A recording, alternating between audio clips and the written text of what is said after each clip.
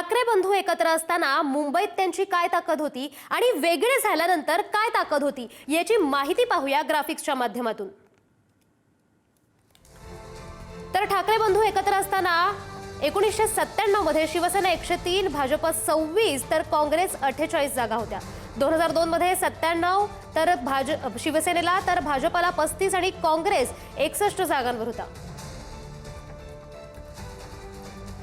ठाकरे बंधू वेगळे झाल्यानंतर 2007 साली शिवसेना 82 जागांवर आलं, मनसे 7 जागांवर तर भाजप 28 जागांवर तर काँग्रेस 76 जागांवर आलं। 2012 साली शिवसेना 75 जागांवर गेलं, मनसे 28 जागांवर, भाजप 31 तर काँग्रेस 52 जागांवर गेलं। 2017 मध्ये पुन्हा शिवसेना 84 जागांवर होतं, मनसे 7 जागांवर आणि भाजप 82 तर काँग्रेस 31 जागांवर होतं।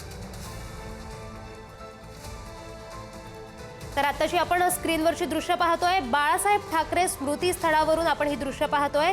आज ठाकरे बंधूंची युती होणार आहे आणि त्या अगोदर ठाकरे बंधू एकत्रितरित्या बाळासाहेबांना अभिवादन करण्यासाठी, त्यांचा आशीर्वाद घेण्यासाठी बाळासाहेब ठाकरेंच्या स्मृती स्थळावर दाखल होणार आहेत।